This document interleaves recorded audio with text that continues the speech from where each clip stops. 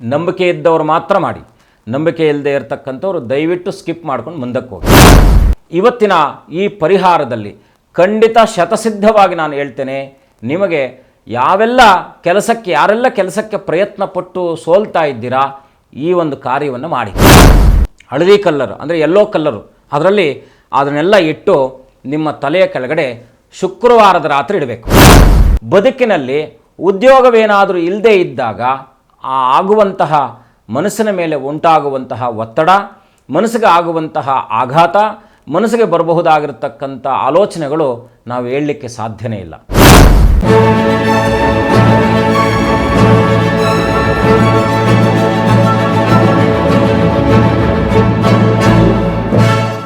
ಶ್ರೀ ಗುರುಭ್ಯೋ ನಮಃ. ಹೈಂ ಹ್ರೀಂ ಶ್ರೀಂ ಶ್ರೀಮಾತ್ರೇ ಲಲಿತಾಂಬಿಕಾಯೇ ನಮಃ. ಶ್ರೀ ವಿಷ್ಣುರೂಪಾಯ ನಮಃ ಶಂಕರಾಯ. ಆತ್ಮೀಯರೇ, ತಮ್ಮೆಲ್ಲರಿಗೂ ಕೂಡ ಸಮೃದ್ಧಿ ಟಿವಿಗೆ ಆಹ್ವಾನಿಸುತ್ತಾ, ನಿಮ್ಮೆಲ್ಲರಿಗೂ ಕೂಡ ವಿಶೇಷವಾಗಿ ಅಭಿನಂದನೆಗಳು, ಜೊತೆಗೆ ನಮ್ಮನ್ನು ಹೀಗೆ ಪ್ರೋತ್ಸಾಹಿಸ್ತಾ ಇರಿ ಅಂತೇಳಿ ನಿಮ್ಮಲ್ಲಿ ಕೋರಿಕೆಯನ್ನಿಟ್ಟು ನಿಮ್ಮೆಲ್ಲರ ವಿಶ್ವಾಸಿಯಾಗಿ ಇವತ್ತಿನ ದಿವಸ ಇನ್ನೊಂದು ಪರಿಹಾರವನ್ನು ತಂದಿದ್ದೇನೆ. ಉದ್ಯೋಗಂ ಪುರುಷ ಲಕ್ಷಣಂ ಅಂತಕ್ಕಂಥ ಒಂದು ವಾಕ್ಯ ಇದೆ. ಹಾಗೆ ಉದ್ಯೋಗಂ ಮಾನವ ಲಕ್ಷಣಂ ಕೂಡ ನಾವು ಹೇಳ್ಕೊಳ್ಬೋದು. ಅಂದರೆ ಉದ್ಯೋಗ ಅಂದರೆ ಏನು? ಮಾಡುವಂಥ ಕೆಲಸ. ಕಷ್ಟಪಟ್ಟು ಓದಿ ಒಂದು 16 ವರ್ಷಗಳ ಕಾಲ, 12-13 ವರ್ಷಗಳ ಕಾಲ ಸುದೀರ್ಘವಾಗಿ ಓದಿನೊಟ್ಟಿಗೆ ನಿಮ್ಮ ಜೀವನವನ್ನು ನಡೆಸಿ, ಓದಿದ ನಂತರದಲ್ಲಿ ಈ ಒಂದು ಕೆಲಸದ ಉದ್ಯೋಗದಲ್ಲಿ, ವೃತ್ತಿಯಲ್ಲಿ ನಿಮಗೆ ಸರಿಯಾದ ಒಂದು ಸನ್ಮಾನಗಳು, ಸರಿಯಾದ ವ್ಯವಸ್ಥೆ ಸಿಗದೇ ಇದ್ದಾಗ ಆಗುವಂತಹ ಆ ಒಂದು ಮಾನಸಿಕ ಒತ್ತಡ ಇದೆಯಲ್ಲ, ಅದನ್ನು ಸಹಜವಾಗಿ ನಾವು ಹೇಳಲಿಕ್ಕೆ ಸಾಧ್ಯನೇ ಇಲ್ಲ.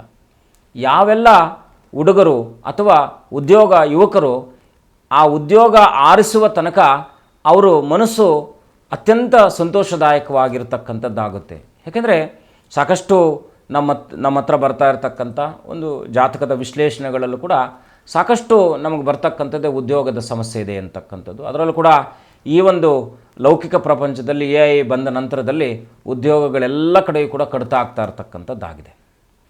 ತಾಂತ್ರಿಕ ವಿದ್ಯಾರ್ಥಿಗಳಿಗೆ, ಎಸ್ಪೆಷಲಿ ಇಂಜಿನಿಯರ್ಸ್ಗೆ ತುಂಬ ಕಷ್ಟ ಆಗ್ತಾ ಇರತಕ್ಕಂಥದ್ದಿದೆ. ಇನ್ನು ಯಾವೆಲ್ಲ ಉದ್ಯೋಗಗಳಲ್ಲಿ ಸಮಸ್ಯೆ ಬರ್ತಾ ಇದೆ ಅಂತ ಹೇಳಿದಾಗ, ದೈವತ್ವವಾಗಿರ್ತಕ್ಕಂಥ ಶಕ್ತಿಯನ್ನು ನೀವು ಹೆಚ್ಚಿಸಿಕೊಂಡಾಗ ಯಾವ ಅಸಾಧ್ಯವಾದದ್ದು ಕೂಡ ಸಾಧ್ಯವನ್ನು ಮಾಡಿಕೊಳ್ತಕ್ಕಂಥ ಒಂದು ಆತ್ಮಸ್ಥೈರ್ಯ ಮತ್ತು ಆತ್ಮವಿಶ್ವಾಸ ಅಂತಕ್ಕಂಥ ಪರಮೋತ್ತಮವಾಗಿರ್ತಕ್ಕಂಥ ನಂಬಿಕೆಯೇ ದೇವರು. ತಮ್ಮೆಲ್ಲರೂ ಯಾಕೆಂದರೆ ಎಲ್ಲರಿಗೂ ಕೂಡ ಗೊತ್ತಿರತಕ್ಕಂಥದ್ದು, ದೇವರು ಅಂತಕ್ಕಂಥದ್ದು ಯಾರೂ ಕೂಡ ನೋಡದೇ ಇರತಕ್ಕಂಥ ಒಂದು ಸ್ವರೂಪ. ನಿರಾಕಾರನಾದರೂ ಕೂಡ ಅವನು ನಿತ್ಯ ನಿರಂತರವಾಗಿ ವಾಯುಯುಕ್ತನಾಗಿ, ಪಂಚಭೂತಗಳ ವಿಲೀನವಾಗಿ, ಪಂಚಭೂತಗಳ ಯುಕ್ತನಾಗಿ ನಮ್ಮೆಲ್ಲರ ಒಂದು ಜೀವ ಜಂತುಗಳಿಗೂ ಕೂಡ ತನ್ನ ಶಕ್ತಿಯನ್ನು ಧಾರೆ ಎರೆದು ಎಲ್ಲರ ಬದುಕನ್ನು ಕೂಡ ಸನ್ಮಂಗಳವಾಗಿ ಮಾಡಬೇಕಂತಕ್ಕಂಥ ತದೇಕ ಮನಸ್ಥಿತಿಯಿಂದ ಅನೋಕ್ಷಣವೂ ಕೂಡ ಭಗವಂತನು ನಮ್ಮನ್ನೆಲ್ಲರನ್ನು ಕೂಡ ಪ್ರಕೃತಿಯ ರೂಪದಲ್ಲಿ ಪೋಷಣೆಯನ್ನು ಮಾಡ್ತಾ ಇರತಕ್ಕಂಥವನಾಗಿದ್ದಾನೆ. ಅಂತಹ ಪ್ರಕೃತಿಯ ಮಡಿಲಲ್ಲಿ ಜಂತೂನಾಂ ನರಜನ್ಮ ಉತ್ತಮಂ ಅಂಥೇಳಿ ನಾವೆಲ್ಲರೂ ಕೂಡ ನರಜನ್ಮ ಅಂದರೆ ಮಾನವ ಜನ್ಮವನ್ನು ತಾಳ್ಕೊಂಡಿದ್ದೇವೆ. ಈ ಮಾನವ ಜನ್ಮ ಧನಮೂಲಂ ಇದಂ ಜಗತ್ತು ಅಂತೇಳಿ ಈ ಜಗತ್ತಿನಲ್ಲಿ ಧನದ ಪ್ರಭಾವದಿಂದ ನಾವೆಲ್ಲರೂ ಕೂಡ ಬದುಕನ್ನು ಸವಿಸ್ತಾ ಇದ್ದೇವೆ. ಅಂತಹ ಬದುಕಿನಲ್ಲಿ ಉದ್ಯೋಗವೇನಾದರೂ ಇಲ್ಲದೇ ಇದ್ದಾಗ ಆಗುವಂತಹ ಮನಸ್ಸಿನ ಮೇಲೆ ಉಂಟಾಗುವಂತಹ ಒತ್ತಡ, ಮನಸ್ಸಿಗೆ ಆಗುವಂತಹ ಆಘಾತ, ಮನಸ್ಸಿಗೆ ಬರಬಹುದಾಗಿರತಕ್ಕಂಥ ಆಲೋಚನೆಗಳು ನಾವು ಹೇಳಲಿಕ್ಕೆ ಸಾಧ್ಯನೇ ಇಲ್ಲ.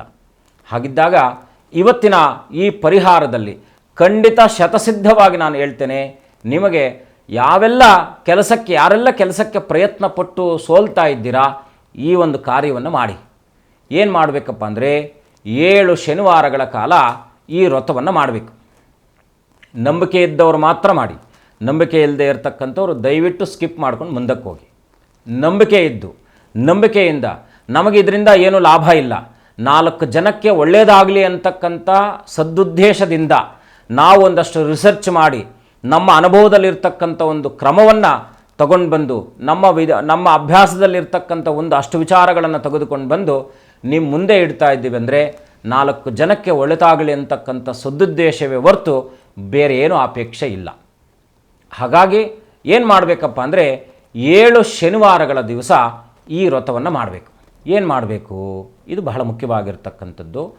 ಏನಪ್ಪ ಅಂದರೆ, ಇವತ್ತಿನ ಮನುಷ್ಯನಿಗೆ ವಿಧವಾಗಿರ್ತಕ್ಕಂಥ ಸಮಸ್ಯೆಗಳಿದ್ದಾವೆ. ಏನು ವಿಧವಾ ಸಮಸ್ಯೆಗಳು ಅಂದರೆ, ಆಯಾಯ ಕಾಲಮಾನಕ್ಕೆ ಸಿಗಬೇಕಾದಂಥ ಒಂದು ಪುರಸ್ಕಾರಗಳಿರ್ಬೋದು, ಸನ್ಮಾನಗಳಿರ್ಬೋದು ಸಿಗದೇ ಇದ್ದಾಗ ನಮ್ಮನ್ನು ಅದು ಪೀಡಿತವಾಗ್ತಕ್ಕಂಥದ್ದಾಗುತ್ತೆ. ಅಜಾಡ್ಯ ಅಂದರೆ ಬಹಳ ಮುಖ್ಯವಾಗಿ ಅಜಾಡ್ಯ ಅಂತಕ್ಕಂಥದ್ದು. ಬುದ್ಧಿರ್ ಬಲಂ ಯಶೋ ಧೈರ್ಯಂ ನಿರ್ಭಯತ್ವಂ ಅರೋಗತಾಂ ಅಜಾಡ್ಯಂ ವಾಕ್ಪಟುತ್ವಂಚ ಹನುಮತ್ ಸ್ಮರಣಾಂ ಭವೇತ್ ಅಂತೇಳಿ ನಮ್ಮಲ್ಲಿರ್ತಕ್ಕಂಥ 11 ನಕಾರಾತ್ಮಕ ದುರ್ಗುಣಗಳನ್ನು ದೂರ ಮಾಡುವಂತಹ ಒಂದು ಆಂಜನೇಯನ ತಂತ್ರ ಅತ್ಯಂತ ತಾಂತ್ರಿಕ ಪ್ರಯೋಗ ಅಂತಕ್ಕಂಥದ್ದು ಮಹತ್ತರವಾಗಿರ್ತಕ್ಕಂಥದ್ದಾಗಿದೆ. ಏನು ಮಾಡಬೇಕು? ಯುವಕರು ಸಹಜವಾಗಿ ಯಾವೆಲ್ಲ ಕಂಪ್ನಿಗಳಿಗೆ ಸೇರಬೇಕು ಅಂದ್ಕೊಂಡು ಇಂಟ್ರ್ಯೂವನ್ನು ಕೊಡ್ತಾ ಇರ್ತಾರೆ. ಅದು ಯಾವುದೇ ಇರಲಿ, ಕಾರ್ಪೊರೇಟ್ ಕಂಪ್ನಿಗಳು ಯಾವುದೇ ಇದ್ದರೂ ಕೂಡ ನೀವು ಮೊದಲನೇದಾಗಿ ಏನು ಮಾಡಬೇಕಪ್ಪ ಅಂದರೆ, ನಂಬಿಕೆಯಿಂದ ಯಾವೆಲ್ಲ ಕಂಪ್ನಿಗಳಲ್ಲಿ ಈ ಕಂಪ್ನಿಯಲ್ಲಿ ನನಗೆ ಕೆಲಸ ಸಿಕ್ಕಿದ್ರೆ ನನಗೆ ಅನುಕೂಲ ಆಗುತ್ತೆ ಅಂತಕ್ಕಂಥ ಮನಸ್ಥಿತಿ ಇದ್ದಂಥವರು ಆ ಕಂಪ್ನಿಗಳ ಹೆಸರನ್ನು ಬಿಳಿ ಸ್ವಚ್ಛವಾಗಿರ್ತಕ್ಕಂಥ ಹಾಳೆಯ ಮೇಲೆ ಬರೆದಿಡಿ. ಬಹಳ ಮುಖ್ಯವಾಗಿ ಇದನ್ನು ಹಳದಿ ಪೇಪರಲ್ಲಿ ಅಥವಾ ಎನ್ವಲಾಪ್ ಕವರ್ ಬರುತ್ತೆ, ಹಳದಿ ಕಲ್ಲರ್ ಅಂದರೆ ಯೆಲ್ಲೋ ಕಲ್ಲರು, ಅದರಲ್ಲಿ ಅದನ್ನೆಲ್ಲ ಇಟ್ಟು ನಿಮ್ಮ ತಲೆಯ ಕೆಳಗಡೆ ಶುಕ್ರವಾರದ ರಾತ್ರಿ ಇಡಬೇಕು. ಜೊತೆಗೆ ಶುಕ್ರವಾರದ ರಾತ್ರಿ ನಿಮ್ಮ ತಲೆಯ ದಿಂಬಿನ ಕೆಳಗಡೆ ಅಥವಾ ಹಾಸಿಗೆ ಕೆಳಗಡೆ ಯಾವೆಲ್ಲ ಕಂಪನಿಗಳಿದ್ದಾವೆ ಆ ಕಂಪನಿಗಳು, ವಿಶೇಷವಾಗಿ ದಕ್ಷಿಣ ದಿಕ್ಕಿನಲ್ಲಿ ತಲೆ ಇಟ್ಟು ಮಲಗುವಂಥವ್ರಿಗೆ ಇದು ಶೀಘ್ರವಾಗಿ ಫಲವನ್ನು ಕೊಡುತ್ತೆ.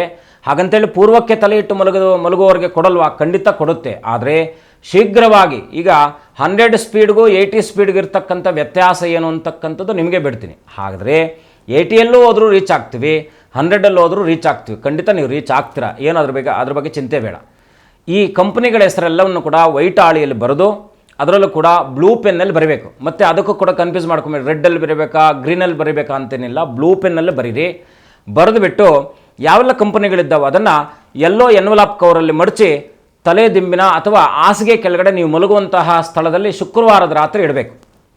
ಶನಿವಾರದ ದಿವಸ 2 ದಾಳಿಂಬೆ ಫಲ ಅಂದರೆ ದಾಳಿಂಬೆ ಹಣ್ಣನ್ನು ತೊಗೊಂಡು ಬನ್ನಿ. ಯಾಕೆಂದರೆ ದಾಳಿಂಬೆಯಲ್ಲಿ ಅನೇಕ ವಿಧವಾಗಿರ್ತಕ್ಕಂಥ ಬೀಜಗಳಿರುತ್ತೆ. ಯಾಕೆಂದರೆ ನಮಗೆ ಗೊತ್ತಿರತಕ್ಕಂಥದ್ದು ಮಹಾಲಕ್ಷ್ಮಿಗೂ ಕೂಡ ಅತ್ಯಂತ ಪ್ರೀತಿಪಾತ್ರವಾಗಿರ್ತಕ್ಕಂಥದ್ದು. ನೀವು ನಾವು ಏನು ಕೋತಿಗಳಂತ ಏನು ಕರಿತೀವೋ, ಬಾಳೆಹಣ್ಣು ದಾಳಿಂಬೆ ಫಲವನ್ನು ಅತ್ಯಂತ ಇಷ್ಟಪಟ್ಟು, ಹಲಸಿನ ಹಣ್ಣು, ಬಾಳೆಹಣ್ಣು ಮತ್ತು ದಾಳಿಂಬೆ ಫಲವನ್ನು ಅತ್ಯಂತ ಇಷ್ಟಪಟ್ಟು ತಿಂತಕ್ಕಂಥ ಪದಾರ್ಥವಾಗಿರುತ್ತೆ ಕೋತಿಗಳು. ಹಾಗಾಗಿ ಆ ಸ್ವರೂಪನಾಗಿರ್ತಕ್ಕಂಥ ಪರಮಾತ್ಮನಾದಂತಹ ಆಂಜನೇಯನನ್ನು 7 ಶನಿವಾರಗಳ ಕಾಲ ನೀವು ಒಂದು ತುಪ್ಪದ ದೀಪವನ್ನು ಆಂಜನೇಯನ ಮುಂದೆ ಹಚ್ಚಿಟ್ಟು 21 ಪ್ರದಕ್ಷಿಣೆ ಮಾಡಿ ಅನನ್ಯವಾಗಿ ಆಂಜನೇಯನಿಗೆ ಸಿಂಧೂರವನ್ನು ಅರ್ಪಣೆ ಮಾಡಬೇಕು.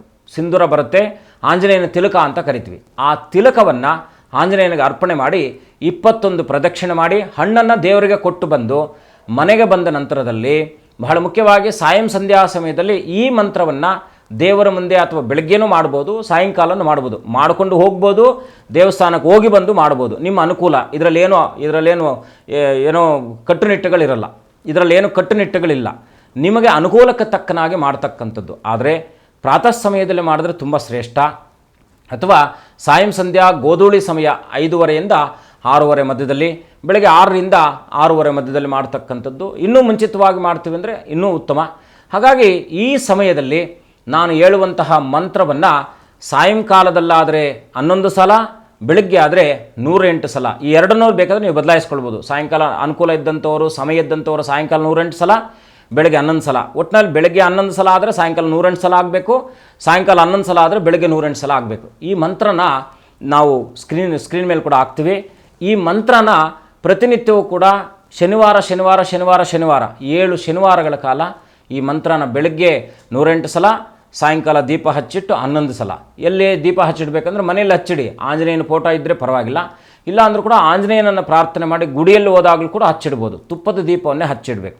ಈ ಮಂತ್ರ ಏನಪ್ಪ ಅಂದರೆ, ಅಸಾಧ್ಯ ಸಾಧಯ ಸ್ವಾಮಿನ್ ಅಸಾಧ್ಯಂ ತವಕಿಂ ವದ ರಾಮಧೂತ ಕೃಪಾ ಸಿಂಧು ಮತ್ಕಾರ್ಯಂ ಸಾಧಯ ಪ್ರಭು. ಅಸಾಧ್ಯ ಸಾಧಯ ಸ್ವಾಮಿನ್ ಅಸಾಧ್ಯಂ ತವಕಿಂ ವದ ರಾಮಧೂತ ಕೃಪಾ ಸಿಂಧು ಮತ್ಕಾರ್ಯಂ ಸಾಧಯ ಪ್ರಭು ಅಂತೇಳಿ ಆಂಜನೇಯನನ್ನು 108 ಬಾರಿ ಮಂತ್ರನ ಪಠನೆ ಮಾಡಿ ನಿಮ್ಮ ಕಂಪನಿಗಳನ್ನು ನೀವು ಯಾವೆಲ್ಲ ಕಂಪನಿಗಳನ್ನು ಬರೆದು ತಲೆ ದಿಂಬಿನ ಕೆಳಗಡೆ ಇಟ್ಟಿದ್ದೀರೋ ಖಂಡಿತ ಈ ಕಂಪನಿಗಳಲ್ಲೇ ಯಾವುದಾದ್ರೂ ಒಂದು ಕಂಪನಿಯಲ್ಲಿ ನಿಮಗೆ ಇಷ್ಟವಾದಂಥ ಕಂಪನಿಯಲ್ಲಿ ಕೆಲಸ ಬರ್ತಕ್ಕಂಥ ಎಲ್ಲ ಅವಕಾಶಗಳಿರ್ತಕ್ಕಂಥದ್ದಾಗುತ್ತೆ. ಯಾಕೆಂದರೆ ದೇವರಿಗಿಂತ ಮಿಗಿಲಾದದ್ದು ಈ ಜಗತ್ತಿನಲ್ಲಿ ಏನೂ ಇಲ್ಲ. ಅವನು ಪರಿವರ್ತನೆ ಮನಸ್ಸು ಮಾಡಿದ್ರೆ ಯಾವ ವಿಧಿಯನ್ನು ಬೇಕಾದರೂ ಕೂಡ ಪರಿವರ್ತನೆ ಮಾಡುವಂತಹ ಶಕ್ತಿ ಇರತಕ್ಕಂಥದ್ದಾಗಿರುತ್ತೆ. ನಂಬಿಕೆ ಇಟ್ಟು ಈ ಕೆಲಸವನ್ನು ಮಾಡಿ ಆಂಜನೇಯನ ಅನುಗ್ರಹವನ್ನು ಹೊಂದಿ.